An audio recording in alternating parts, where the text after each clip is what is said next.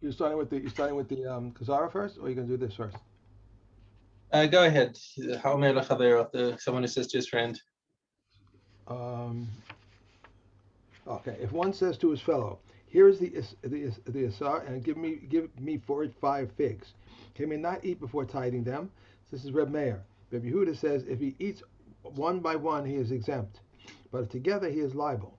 Reb Yehuda says, if it once happened that in a rose garden in Yerushalayim that 3 or 4 figs were being sold for an Isar and Truma, and Masa were never separated from them. So this means that if he eats 1 fig at a time, not taking 2 or 3 at a time, Right. right? But Okay. look, the important thing, what we have the conflict on over here is the fact that a transaction automatically is cover for Maasros. So it's like think about the marketplace. Things have to be mastered before they go into the marketplace, even if they've never been to anyone's home. As soon as there's a transaction, somebody purchases something, that's immediately it's chayav in Chumas and Maasros. Okay, Okay. so here is the case. Well, what happened when you've purchased the produce? Surely you should have to take Chumas and Maasros immediately. And what they're explaining over here is that since he hasn't specified exactly which ones yet, he's just said, I'm going to take 10 figs. Let's say he's bought 10 figs.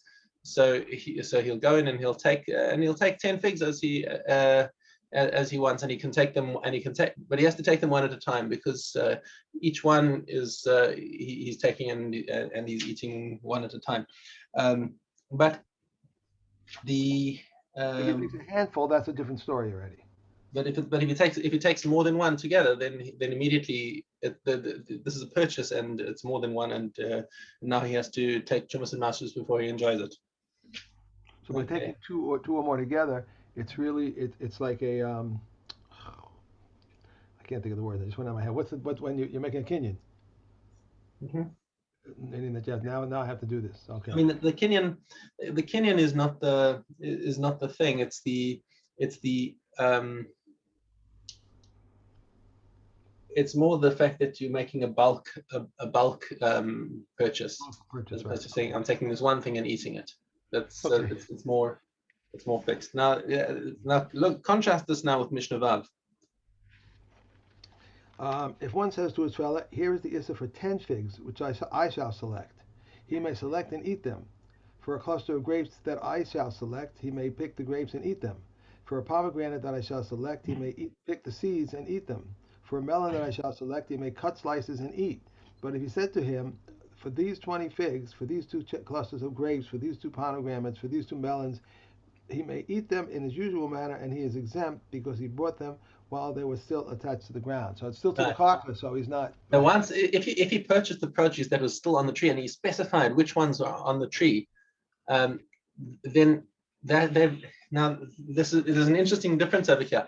In the previous cases, we were talking about I'm going to take 10 figs. So as soon as he plucks off the fig, he's made a Kenyan on the fig. Right. Okay, and now if he takes more than one, that's koveya for Maasros. But if he says I want this cluster of grapes, this one over here, and he hands over the money, Mm-hmm. it's connected to the ground. The Kenyan itself is affected by the kesef, because kesef is kone on karka.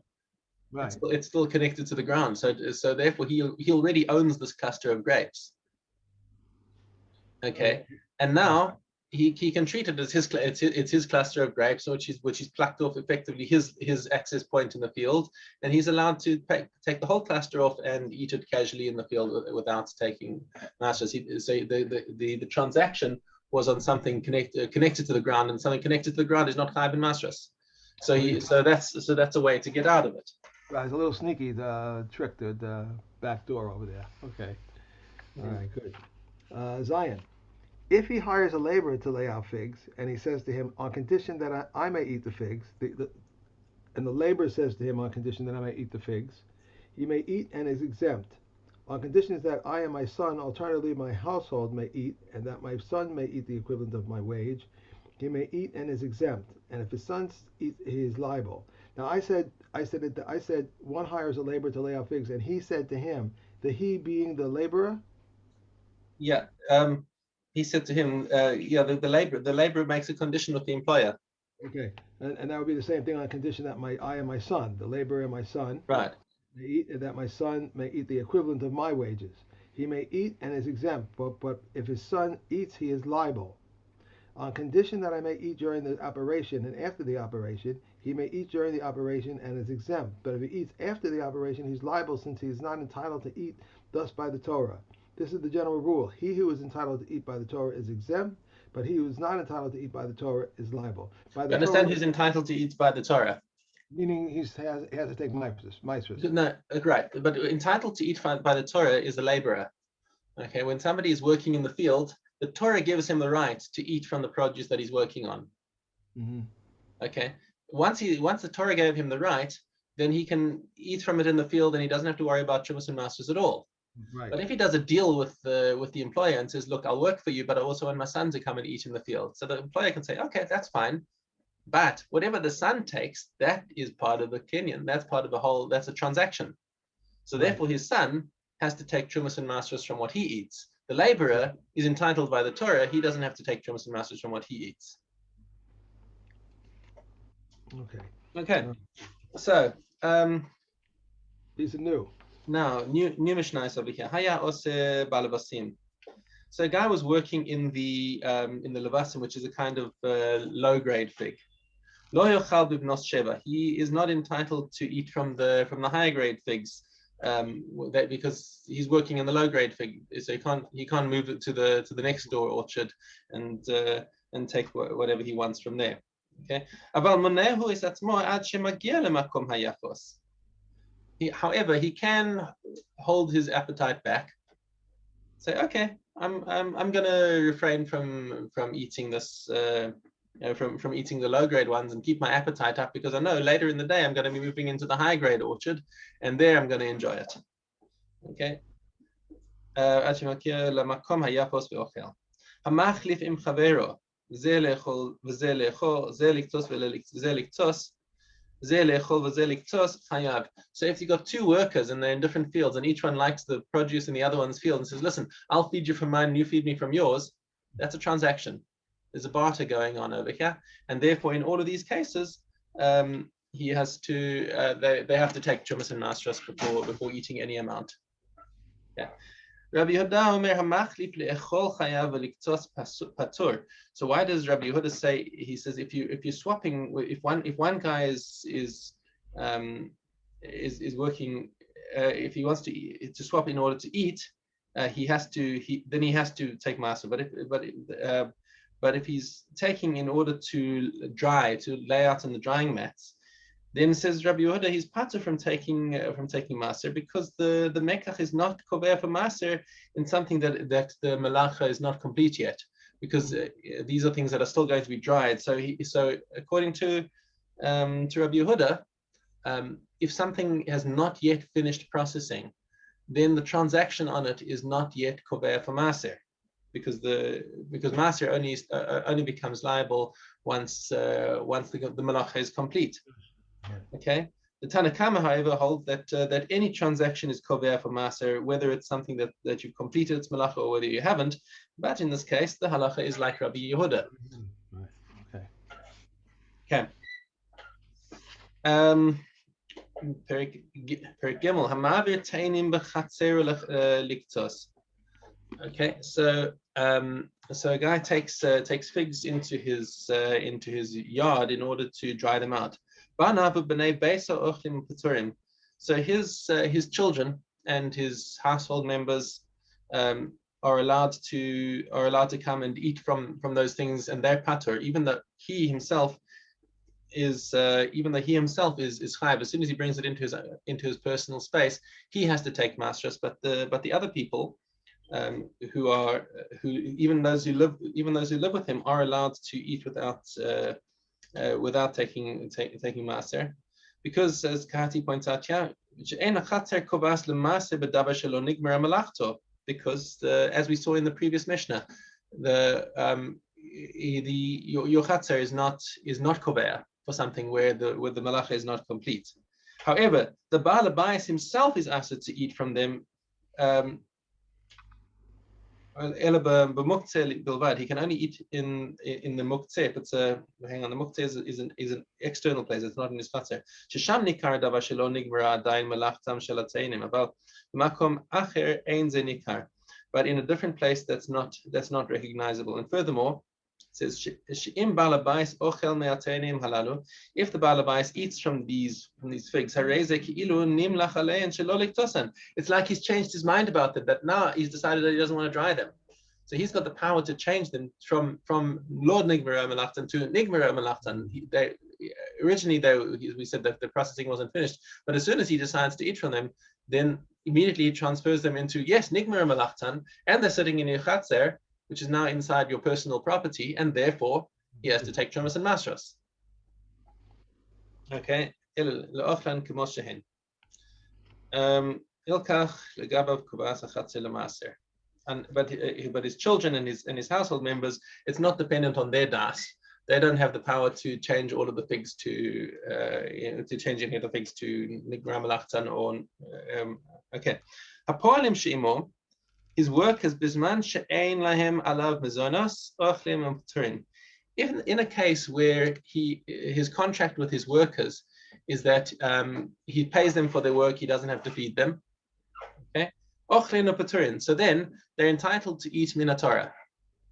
So you don't need to stipulate anything in the contract. If they're working with food, they're allowed to eat from that food. Okay. Aval im yesh lahem alav mezonos. If, however, he is required to give them a meal as part of their contract, harei elu lo yochlu. They're not allowed to eat from this, because now this is now the balabais has taken these things into his chatzer. And if they're now eating from these things, it's kilu they're fulfilling the part of the contract where he is he's obligated to give them lunch, and now now that transaction makes them chayav in Maasros even for the workers.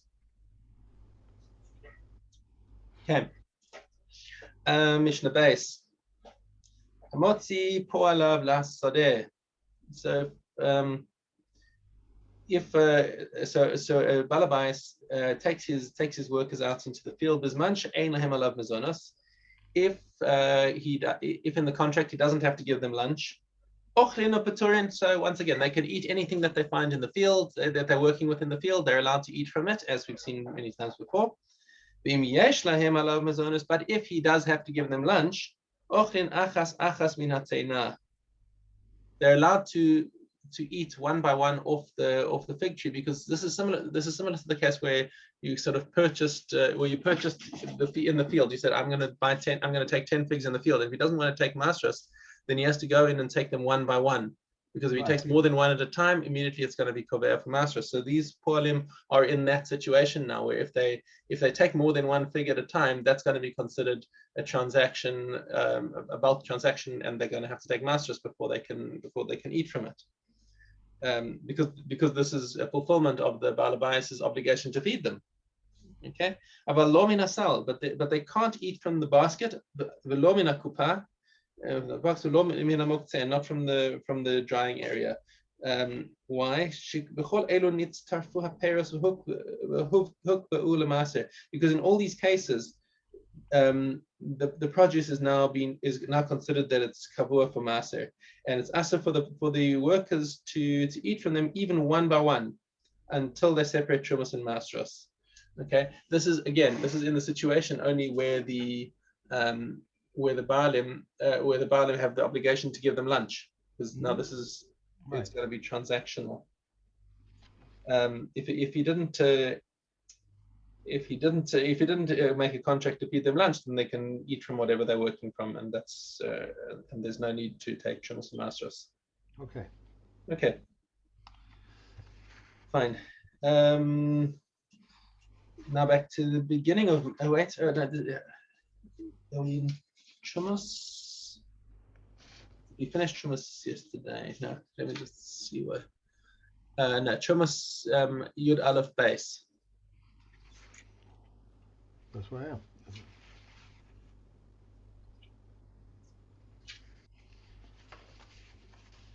Okay, but we have our base, and we have no more Maasros. We finished all the Maasros.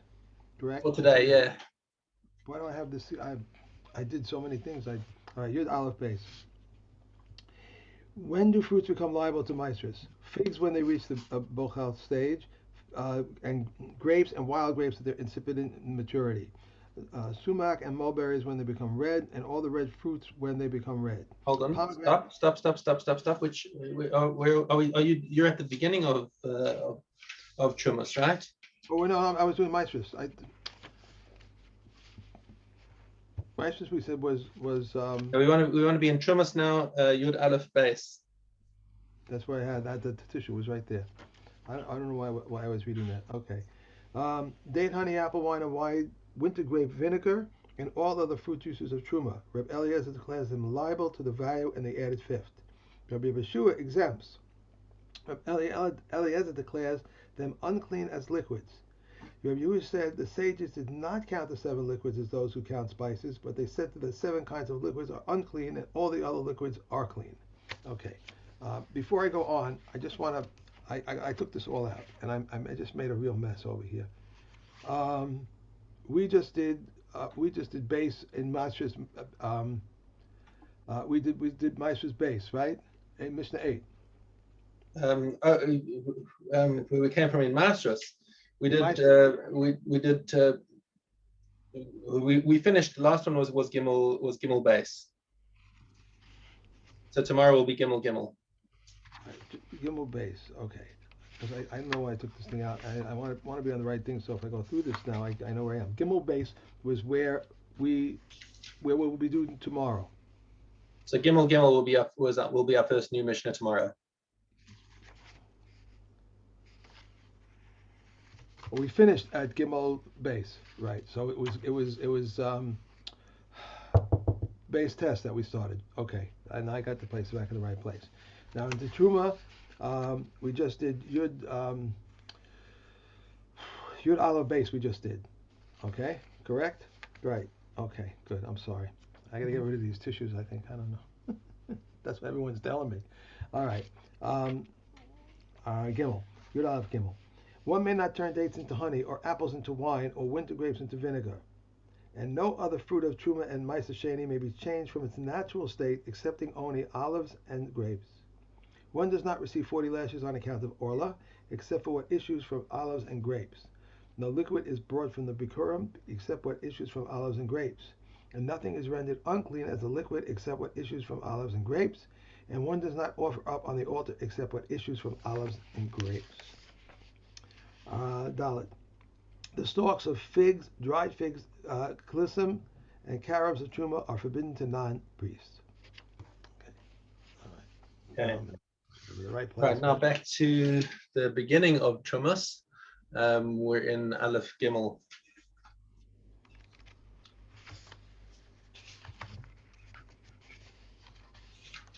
I made such a mess of this. Aleph Gimel. Okay. Aleph Gimel. A minor who has not produced two hairs. Rabbi Yehuda says his truma is truma. Rabbi Yossi says if he has not reached the age of vows, his truma is not truma, and after he has reached the age of vows, his truma is truma. If one may not separate truma from olives for oil, and from grapes from wine, if one not did separate, Beit Shammai says they are truma for themselves. Beit Hillel says their truma is not truma. One may not separate truma from leket, shicha, peh, or hefka, or from ma'aser rishon from which truma has been separated, or from ma'aser sheni, or holy things which have been redeemed, or from the libel for the exempt, or from the exempt for the libel, or from detached for the attached, and from attached for detached, or from new and for old, or from the old for the new, or from produce of Eretz Yisrael for produce grown abroad, or from produce from abroad for produce of Eretz Yisrael. And if he did separate truma, it's not truma.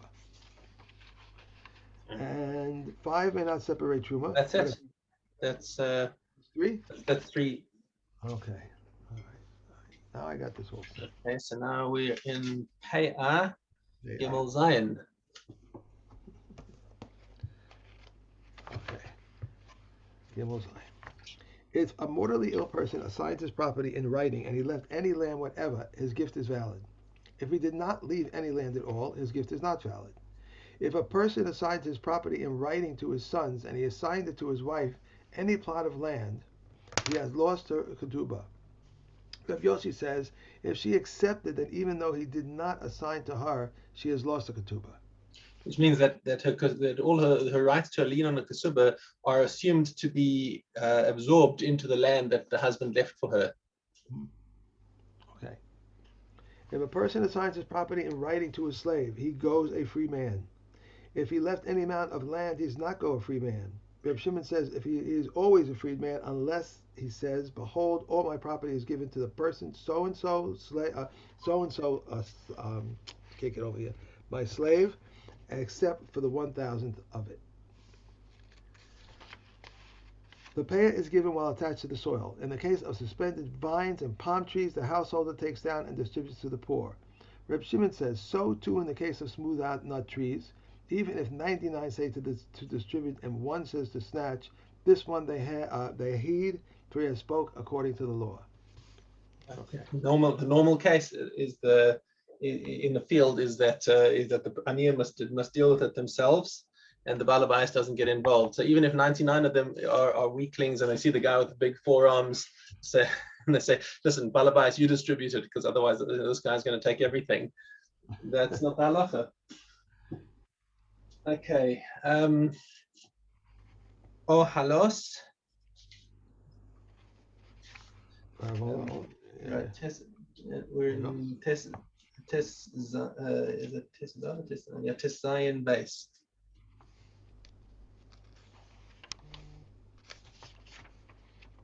I just have to check something, Shoal. I'm sorry. I just got this important message here. Okay. Tess, Tess Zion. Is that right? Tess Zion base? All right. Yeah. Oh, of course, I got to turn the page the other way. I think this is wrong. I think I'm wrong. Tess Zion base. If a person was plowing, correct? No, Ketzad, Kush, 16.2. Ola 16.2. So, You're right. How so? That's where I was. How so? If a spindle was embedded in a wall and there is a piece of corpse half the size of an olive beneath it and another piece half the size of an olive above it, even though they are not one above the other, the spindle is tameh. Thus, it spreads tumah onto itself no matter what size it is. If a person who sells earthenware pots was passing by a grave with a carrying pole on his shoulder, one end of which forms a roof over the grave, the utensils on the other end of the pole remain tahor. However, if the carrying pole is a handbreadth wide, the utensils become tameh. Mounds that are near either a town or road are tameh, whether they are new or old. However, concerning the distant ones, those that are new are tahor, where the older ones are tameh.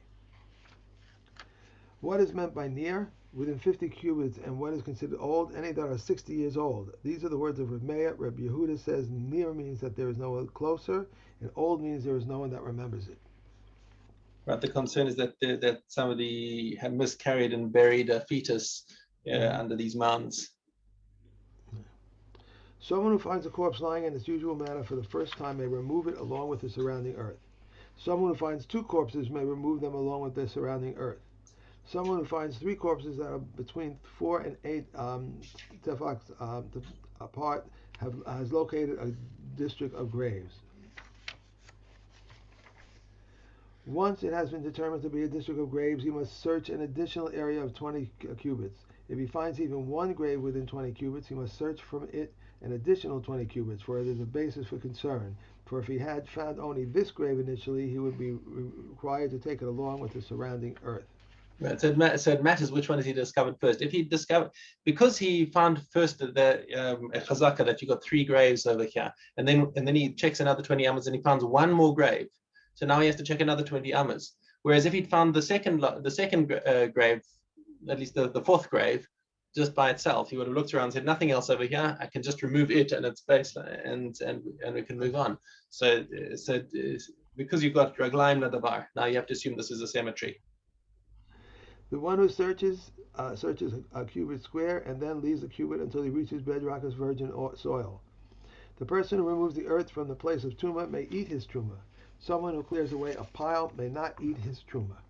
Because mefakech begal, somebody where there's a strong suspicion that there's a dead person under this pile of stones. Right. As opposed to moving soil from place to place, he doesn't know if there's anything there. But to and you're trying to save a person. There's a good chance that there's somebody dead under there. Okay. Next up is Avodah Zarah. Hey. Okay. Hey is on top over here. Why is it like that? On the page. If he was eating with him at the dining table and he left a flagon on the dining table and a flagon on the side table and he left him and went out, what is on the dining table is prohibited, but what is on the side table is permitted. But if he said to him, pour and drink, even what is on the side table is prohibited. Open barrels are prohibited. Sealed barrels are prohibited only if there was the time that it takes to open it, apply a new seal, and allow it to dry. If a troop of idolater soldiers enter the city in peacetime, open barrels are prohibited while sealed ones are permitted. In wartime, both are permitted because there is no time to perform libation. Jewish workers to whom an idolater sent a barrel of Nesic wine as their wage are permitted to say to him, give us its monetary value, but after he enters their domain, it's prohibited. If one sells his wine to an idolater, if he sets the price before he measures it out, its payment is permitted. If he measures it out before he sees the price, the payment is prohibited. If he took a funnel and measured wine into an idolater's flask and then measured into a Jew's flask, if he has wine retained in it, it is prohibited. If one pours from the container to another container, the one from which he poured is permitted, and the one into which he poured is prohibited. As soon as it lands in the goy's container, That's it. That's it. Yeah. Okay. Next. Okay, Yavamas. Alates. Yep. Dalates. If a woman was waiting a Yavam and his brother then betrothed her sister, it was said in the name of Yehuda ben Basara, we tell him, wait until your oldest brother acts. If his older brother performed chalitza with her or married her, he may consummate the marriage with his wife. If the Yavama died, he may consummate the marriage with his wife.